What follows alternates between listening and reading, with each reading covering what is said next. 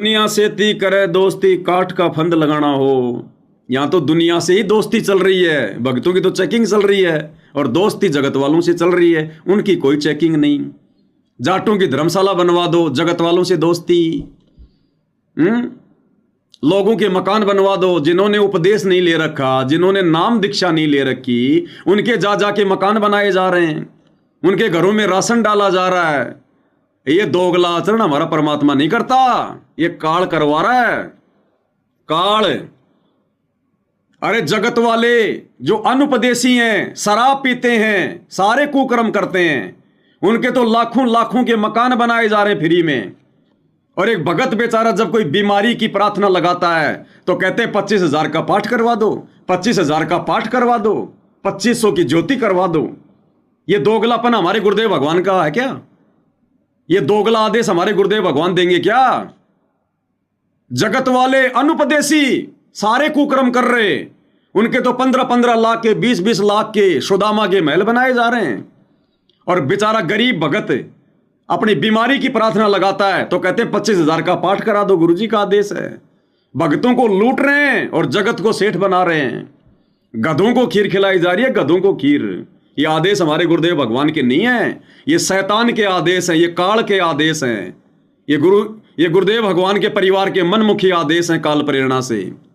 हमारे परमेश्वर ऐसा दोगला आचरण अपने बच्चों के साथ में नहीं करते। अरे परमात्मा ने एक सत्संग में क्या बताया हमें, एक सत्संग में क्या बताया परमात्मा ने?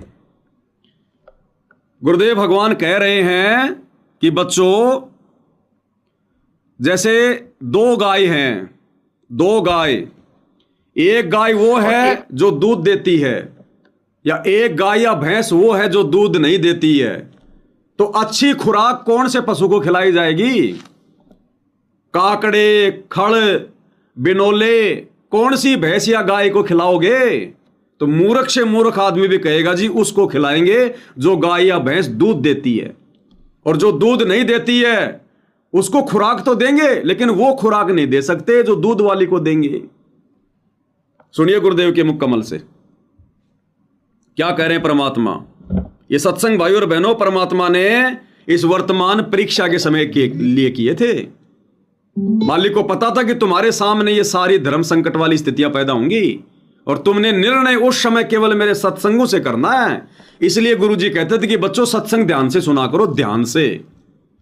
क्या कह रहे हैं गुरुदेव भगवान? उसके बाद में निर्णय कर लेना जगत को क्या खिलाया जा रहा है और भगतों को क्या दिया जा रहा है। एक तो दूध वाली गाय ने ये बिनौले खवावे और एक बिना दूध वाली ने खवावे, तो अंडरस्टूड है उससे की लाभ होगा कि हानि होगी। कोई ना खवावे बिना दूध वाली ने बिनौले। तो ये जो भगत हैं ये तो दूध वाली भैंस गाय समझ लो, और बिना भगत है वो वैसे। लेकिन खाना द्वार पे आपके कोई आ जा, रोटी अवश्य खिलावे, प्रार्थना 100 बार करे, भोजन पाओ, वो भी एक धर्म।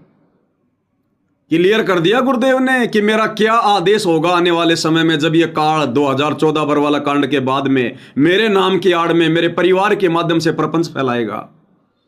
तो ये जो अन्नपूर्णा मुहिम चल रही है ना, जगत वालों के बिना दूध देने वाली गाय भैंसों के मकान बनाए जा रहे हैं, जगत वालों के उनके घरों को राशन से भरा जा रहा है, बिना दूध देने वाले उन पशुओं को। तो गुरुदेव कहते हैं कि अच्छी खुराक तो उसको खिलाई जाती है जो दूध देती है, यानी जो भगत हैं। भगतों की मदद करोगे, भगतों की हेल्प करोगे, भगतों को बढ़िया बढ़िया खिलाओगे तो लाभ मिलेगा। और गुरुदेव कह रहे हैं यदि आपके दरबार पे कोई आ जाए तो उसको खाना खाने की प्रार्थना करो। गुरुदेव ने यह नहीं कहा कि जा जाके उनके मकान बना दो। हमें क्या मतलब उनके मकान बनाने का?